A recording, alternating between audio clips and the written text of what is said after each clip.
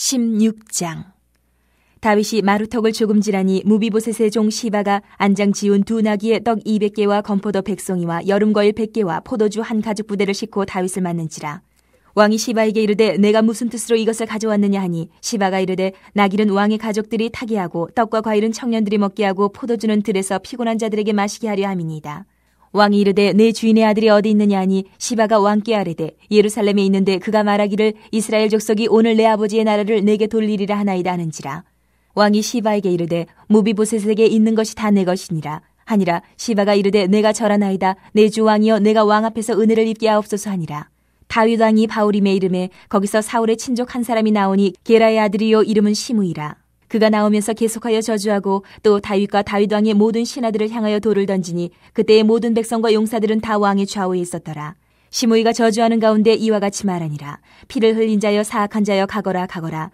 사울의 족속의 모든 피를 여호와께서 내게로 돌리셨도다. 그를 이어서 내가 왕이 되었으나 여호와께서 나라를 내 아들 압살롬의 손에 넘기셨도다. 보라 너는 피를 흘린 자이므로 화를 자초하였느니라 하는지라. 스루야의 아들 아비새가 왕께 여짜오되 이 죽은 개가 어찌 내 주왕을 저주하리이까 청하건대 내가 건너가서 그의 머리를 베게 하소서 하니 왕이 이르되 스루야의 아들들아 내가 너희와 무슨 상관이 있느냐. 그가 저주하는 것은 여호와께서 그에게 다윗을 저주하라 하심이니 내가 어찌 그리하였느냐 할 자가 누구겠느냐 하고 또 다윗이 아비새와 모든 신하들에게 이르되 내 몸에서 난 아들도 내 생명을 해하려 하거든 하물며 이 베냐민 사람이랴. 여호와께서 그에게 명령하신 것이니 그가 저주하게 버려두라. 혹시 여호와께서 나의 원통함을 감찰하시리니 오늘 그 저주 때문에 여호와께서 선으로 내게 갚아주시리라 하고 다윗과 그의 추종자들이 길을 갈 때에 시므이는 산비탈로 따라가면서 저주하고 그를 향하여 돌을 던지며 먼지를 날리더라. 왕과 그와 함께 있는 백성들이 다 피곤하여 한 곳에 이르러 거기서 쉬니라. 압살롬과 모든 이스라엘 백성들이 예루살렘에 이르고 아히도벨도 그와 함께 이른지라. 다윗의 친구 아렉 사람 후세가 압살롬에게 나갈 때에 그에게 말하기를 왕이여 만세 왕이여 만세 하니 압살롬이 후세에게 이르되 이것이 내가 친구를 후대하는 것이냐. 내가 어찌하여 내 친구와 함께 가지 아니하였느냐 하니 후세가 압살롬에게 이르되 그렇지 아니하니이다. 내가 여호와와 이 백성 모든 이스라엘의 택한 자에게 속하여 그와 함께 있을 것이니이다. 또 내가 이제 누구를 섬기리이까 그의 아들이 아니니이까 내가 전에 왕의 아버지를 섬길 것 같이 왕을 섬기리이다 아니라. 압살롬이 아히도벨에게 이르되 너는 어떻게 행할 계략을 우리에게 가르치라니. 아히도벨이 압살롬에게 이르되 왕의 아버지가 남겨두어 왕궁을 지키게 한 후궁들과 더불어 동침하소서. 그리하면 왕께서 왕의 아버지가 미워하는 바 됨을 온 이스라엘이 들으리니 왕과 함께 있는 모든 사람의 힘이 더욱 강하여지리이다 아니라.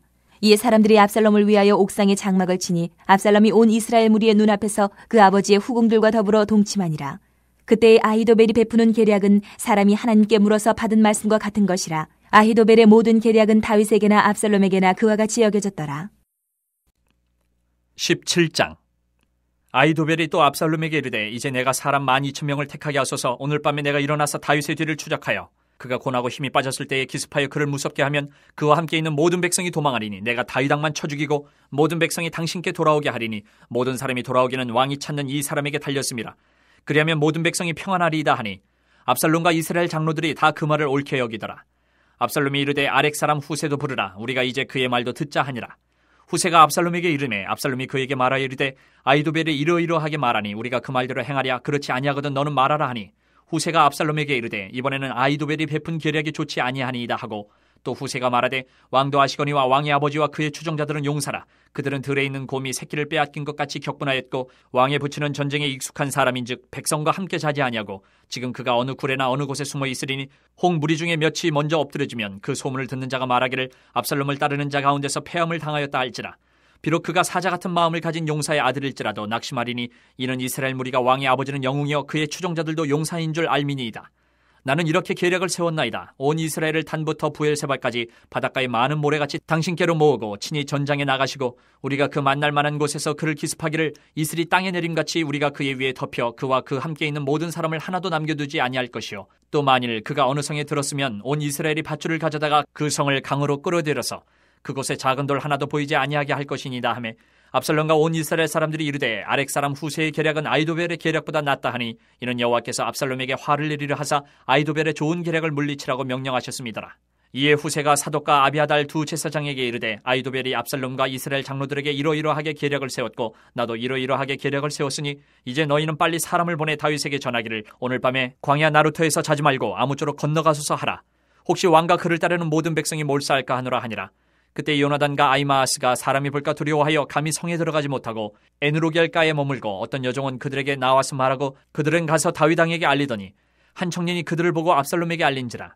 그 두 사람이 빨리 달려서 바울임 어떤 사람의 집으로 들어가서 그의 뜰에 있는 우물 속으로 내려가니 그 집 여인이 덮을 것을 가져다가 우물 아기를 덮고 찌은 곡식을 그 위에 널매 전혀 알지 못하더라. 압살롬의 종들이 그 집에 와서 여인에게 묻되 아히마아스와 요나단이 어디 있느냐 하니 여인이 그들에게 이르되 그들이 시내를 건너가더라 하니 그들이 찾아도 만나지 못하고 예루살렘으로 돌아가니라. 그들이 간 후에 두 사람이 우물에서 올라와서 다윗 왕에게 가서 다윗 왕에게 말하여 이르되 당신들은 일어나 빨리 물을 건너가소서. 아히도벨이 당신들을 해하려고 이러이러하게 계략을 세웠나이다. 다윗이 일어나 모든 백성과 함께 요단을 건널새 새벽까지 한 사람도 요단을 건너지 못한 자가 없었더라. 아히도벨이 자기 계략이 시행되지 못함을 보고 나귀의 안장을 쥐고 일어나 고향으로 돌아가 자기 집에 이르러 집을 정리하고 스스로 목매어 죽음에 그의 조상의 묘에 장사되니라. 이에 다윗은 마하나임에 이르고 압살롬은 모든 이스라엘 사람과 함께 요단을 건너니라. 압살롬이 아마사로 요압을 대신하여 군 지휘관으로 삼으니라. 아마사는 이스라엘 사람 이드라라 하는 자의 아들이라.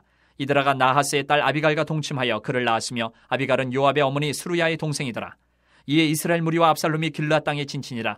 다윗이 마하나임에 이르렀을 때의 암몬 족속에게 속한 라빠 사람 나하스의 아들 소비와 로데벨 사람 암미엘의 아들 마길과 로글림 길르앗 사람 바르실레가 침상과 대야와 질그릇과 밀과 보리와 밀가루와 볶은 곡식과 콩과 팥과 볶은 녹두와 꿀과 버터와 양과 치즈를 가져다가 다윗과 그와 함께한 백성에게 먹게 하였으니 이는 그들 생각에 백성이 들에서 시장하고 권하고 목마르겠다 함이더라.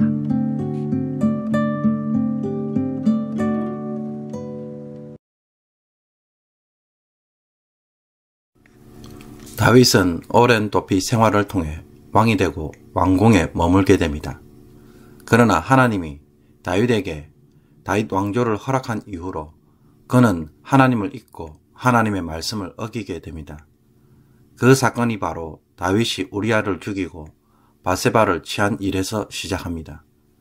장자 암논이 압살롬의 누이 다말을 범하고 이에 압살롬이 암논을 살해하며 결국 압살롬은 헤브론에서 반역을 하므로 다윗은 급히 왕궁 밖으로 쫓겨나오게 만듭니다. 왕궁에서 쫓겨난 다윗은 이때부터 하나님을 찾고 도와줄 것을 기도하며 하나님도 이때부터 다윗의 삶에서 개입하고 일하시는 것을 보여줍니다. 압살롬의 반란을 막을 군사력이 없기에 급히 예루살렘을 떠난 다윗은 신하들과 가족들, 자신이 고용한 용병들과 함께 도망을 하고 가드 사람 이때가 다윗에게 충성을 맹세하며 다윗이 도망하는 길을 호위합니다. 이때 사둑과 아비아달이 언약궤를 가지고 다윗을 따르고자 하지만 다윗은 이들을 돌려보냅니다. 그리고 자신을 따르는 충성스러운 신하 후세도 돌려보냅니다. 대신에 이들에게 예루살렘에서 일어난 일들을 알려달라고 부탁합니다. 그리고는 압살롬의 모반에 아히도벨이 있음을 알고 다윗은 아히도벨의 모략이 어리석게 해달라고 기도합니다. 16장 23절을 보면 아히도벨이 베푸는 계략은 마치 사람이 하나님께 물어서 받은 것처럼 정확하게 맞을 정도로 뛰어났고 다윗과 압살롬 모두 전적으로 신뢰할 정도였습니다. 그러므로 다윗에게는 이것이 실로 큰 위기가 아닐 수 없었습니다. 다윗이 예루살렘을 빠져나와서 감난산 마루턱, 즉 산꼭대기를 지날 때에 무비보셋의 종 시바가 다윗을 마중 나와 그에게 두 나귀와 여러 음식을 가져와서 맞이합니다. 무비보셋이 어디 있는지 묻는 다윗의 질문에 시바는 무비보셋을 모함하여 그가 예루살렘에 남아 왕위를 되찾고자 한다는 말로 전합니다. 시바의 말에 다윗은 자세히 알아보지도 않고 의심도 없이 무비보셋의 모든 재산을 빼앗아 시바에게 주겠다고 말합니다. 정확하게 알 수는 없지만 이런 기회를 통해 시바는 다윗에게 잘 보이므로 그의 주인의 재산을 다 차지하려고 하였기에 다윗이 이런 말을 한 것일 수도 있습니다. 그러나 다윗이 피신 중에 있음에도 불구하고 다윗에게 호의를 베푼 것으로 보아 시바는 압살롬의 반역이 결국 실패로 끝날 것을 예견할 만큼 지혜로운 자로 보입니다. 다윗이 바후림에 가까이 갔을 때 그곳에서 게라의 아들 시므이를 만납니다. 바후림은 사울의 지파, 베냐민 지파가 사는 곳으로 사울의 친척들이 살고 있고 그 중에 한 명이 시므이입니다. 시므이는 압살롬에게 쫓겨나온 다윗을 향하여 저주를 합니다. 이 저주에 수리아의 아들 아비새가 시므이를 죽이게 해달라고 하지만 다윗은 그것을 제지하고 시므이의 저주를 하나님이 내리신 벌로 생각하고 저주하도록 내버려둡니다. 그리고 자신에게 죄가 없다면 혹시 저주받은 것 때문에 도리어 여호와께서 자신에게 선을 베풀어 주실지 모른다고 말합니다. 이것을 보아 다윗은 점점 모든 일에서 하나님의 뜻을 찾으려고 합니다. 한편 압살롬과 아히도벨 그리고 많은 백성들이 예루살렘으로 들어오자 다윗의 친구인 후세가 환영을 합니다. 후세가 압살롬에게 충성을 맹세하자 압살롬은 그를 쉽게 받아들입니다. 아마도 자신도 아버지를 배신했기에 후세도 배신할 수 있을 것이라고 여겼을 것이고 예루살렘에서 한 명이라도 더 지지자를 얻어야 하기에 의심 없이 받아주었을 것입니다. 여기서부터 하나님의 개입이 보이기 시작합니다. 다윗은 아히도벨의 모략을 어리석은 것으로 만들어 달라고 했는데 그 기도의 응답이 후세이기 때문입니다. 후세를 신하로 받아들인 압살롬은 이제부터 어떻게 할지 아히도벨에게 묻자 다윗이 남겨둔 후궁들과 동침하도록 합니다. 고대 근동에서는 후궁을 취한다는 것은 전 왕을 폐위하고 자신이 새로운 왕으로 모든 것을 차지했다는 뜻입니다. 그리고 이것을 다윗이 듣게 되면 압살롬을 미워하게 될 것이고 이런 관계로 인해 압살롬의 사람들은 다윗에게 돌아갈 기회가 없게 되어 압살롬을 위해 더욱 싸울 것이라는 계략이었습니다. 이에 압살롬은 대낮에 백성들이 보는 가운데서 아버지 다윗의 후궁들과 동침합니다. 아히도벨은 더 나아가 압살롬에게 자신에게 12,000명을 주면 다윗을 추격하여 지쳐 있을 때 기습하면 함께 있던 백성들은 다 도망갈 것이고 그러면 자신은 다윗 왕만 쳐 죽이고 돌아오겠다고 제안을 합니다. 그렇게 되면 온 백성이 압살롬에게 돌아올 것이라는 것입니다.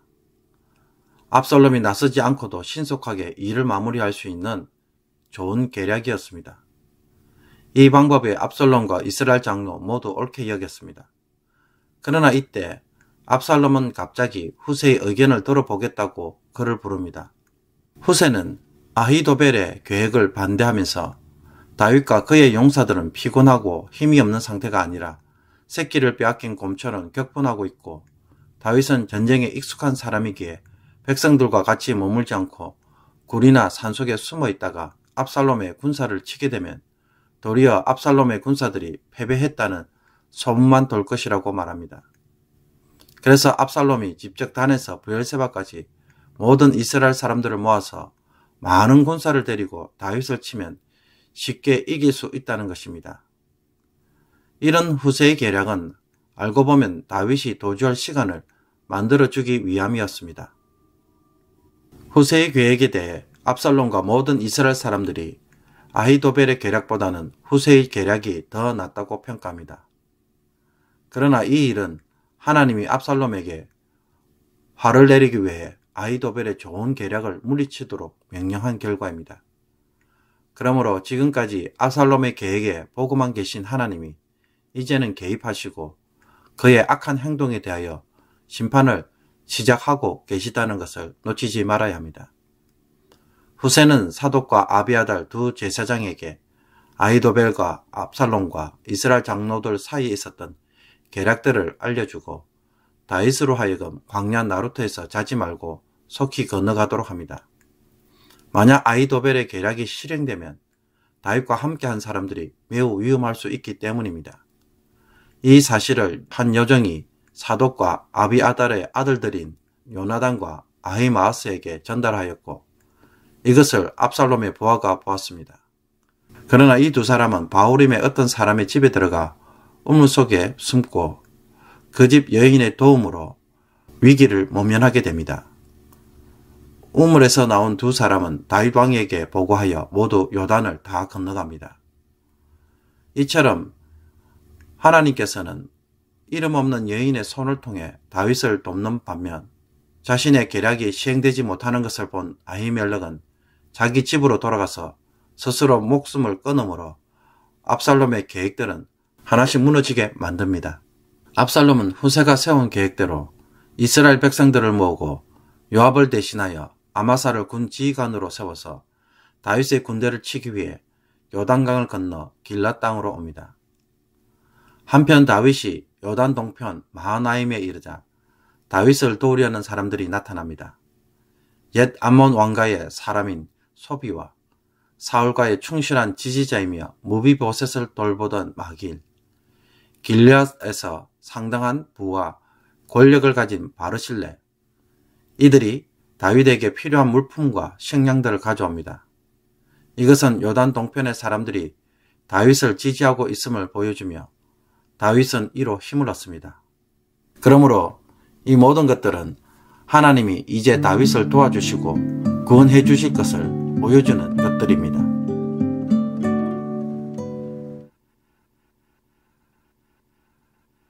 오늘의 묵상 본문에는 두 가지 이야기가 나옵니다.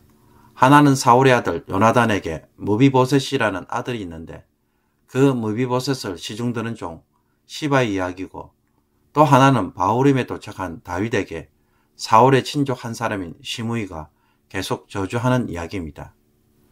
여기서 이 두 사람의 공통점이 무엇입니까? 둘 다 사울 왕가와 연관된 사람들입니다. 시바는 사울의 신하이고 시므이는 사울의 친족입니다. 그런데 한 사람은 다윗이 압살롬에 의해 피신하자 좋은 의도이든 나쁜 의도이든 다윗을 돕는 자로 서고, 또 한 사람은 이런 다윗을 보고는 저주하며 돌을 던집니다. 사실 시바는 압살롬의 계획이 실패할 것을 판단할 만큼 지혜롭지만 자기가 원하는 것을 얻고자 자기 주인을 모함하는 기회주의자입니다. 시므이는 도망가는 다윗을 보고 사울의 족속의 모든 피를 여호와께서 내게로 돌리셨도다. 그를 이어서 내가 왕이 되었으나 여호와께서 나라를 내 아들 압살롬의 손에 넘기셨도다. 보라, 너는 피를 흘린 자이므로 화를 자초하였느니라. 한마디로 사울 왕가가 멸망하게 된 것을 누구의 탓으로 돌립니까? 다윗이 반란을 일으켜서 사울 집안의 사람들을 죽여 왕이 되었다는 것입니다. 그래서 하나님은 사울의 집의 모든 피를 다윗에게 돌렸고 그 피 때문에 압살롬에게 나라를 넘기셨다는 것입니다. 이 두 사람을 보면 내가 어려운 일을 당했을 때에 주변 사람들이 보이는 반응과 똑같지 않습니까? 내가 그런 일을 당한 것은 내가 저지른 죄값으로 간주합니다. 당연히 꼴 좋다라고 말하고 인과응보라고 말하며 마치 정의가 실행된 것처럼 다룹니다. 한순간에 나는 죄인이고 상대방은 의인인 것처럼 태세 전환을 합니다. 또 어려운 일을 만나면 어떤 사람은 열심히 도와주지만 알고 보면은 자기 이익의 관점에서 생각하고 대하는 모습을 볼 때도 있습니다. 내가 그 일을 그만두면 자신이 승진하게 되니까 곁에서야 뭔가를 도와주는 것처럼 선심을 베푸는 사람들이 그 예입니다. 이처럼 우리가 어떤 고난이나 문제를 만날 때 내가 당하는 일도 참으로 견디기 어렵지만 주변에서 나에 대해, 나의 문제에 대해 너무 쉽게 판단하고 심지어 이용까지 하려는 모습을 보면 사람에 대한 깊은 실망감이 밀려듭니다. 그런데 문제는 나도 어떤 때는 그렇게 똑같이 행동한다는 것입니다. 솔직히 말해 내가 싫어하거나 미운 사람이 어려운 일을 만나면 은근히 좋아하는 모습은 없습니까? 불의한 자에 대한 하나님의 정의가 실현된 것처럼 혹 쾌감을 느끼는 것은 아닙니까? 고통에 처한 사람을 만날 때 그리스도의 사람이라고 한다면 과연 어떻게 대해주는 것이 가장 좋은 행동일까요? 조건 없이 돕는 것, 내 잣대로 문제의 원인을 함부로 단정짓지 않는 태도로 돕는 것이 정말 고통에 처한 사람들에게 꼭 필요한 모습일 것입니다. 쉽게 말하면 도움이 필요하니까 그냥 돕는 것, 이것이 가장 아름다운 모습이라는 것입니다. 오늘 하루 도움이 필요한 자들에게 사심 없이, 판단 없이 그냥 따뜻하게 도와줄 사람은 없습니까? 그런 사람들에 대하여 혹 관심을 가지도록 성령님께서 우리로 하여금 품게 하시는 것은 없습니까? 때론 우리가 돕고자 하는 사람이 정말 사랑하기 힘든 사람일 때도 많이 있습니다. 그러나 오늘 말씀을 통하여 우리가 묵상해 볼 때 사울적 사람들이 다윗을 진심으로 도왔다면 하나님은 그 사람을 결코 그냥 두지 않았을 것이라는 것입니다. 사랑하는 성도 여러분, 내가 돕기 힘든 사람을 돕는 것이 어쩌면 하나님이 더 귀하게 여기실 일일 것입니다. 그러므로 누군가를 돕는 데 있어서 사심 없이 판단 없이 그저 도울 수 있는 귀한 하나님의 백성이 되기를 원합니다. 기도드리겠습니다. 자비와 긍휼이 풍성하신 하나님, 우리는 우리의 원수가 줄이고 목마른 것에 대해 하나님의 진노와 저주로 여기고 돕기보다는 구경하고 방치하는 악한 모습을 혹 가지고 있지 않는지 말씀을 통해 돌아봅니다. 나에게 이런 잔인하고 악한 모습이 있다면 이 시간 깨닫게 하여 주셔서 회개하여 주옵소서. 속히 내려놓게 하여 주시옵소서. 고난에 처한 자들에게 이유 없이 도와줄 수 있는 마음을 주옵시며 대가 없이 도와줄 수 있는 자가 되게 하여 주셔서 그들의 마음까지 도와줄 수 있는 착한 성도가 되게 하여 주옵소서. 우리의 악한 죄성으로 인해 사랑하기보다는 비난과 정죄에 더 빠른 저희들입니다. 불쌍히 여겨 주옵소서. 오늘 우리가 도울 자들이 누구입니까? 하나님 사랑으로 섬기는 복된 날이 되게 하여 주옵소서. 예수 그리스도의 이름으로 기도하옵나이다. 아멘.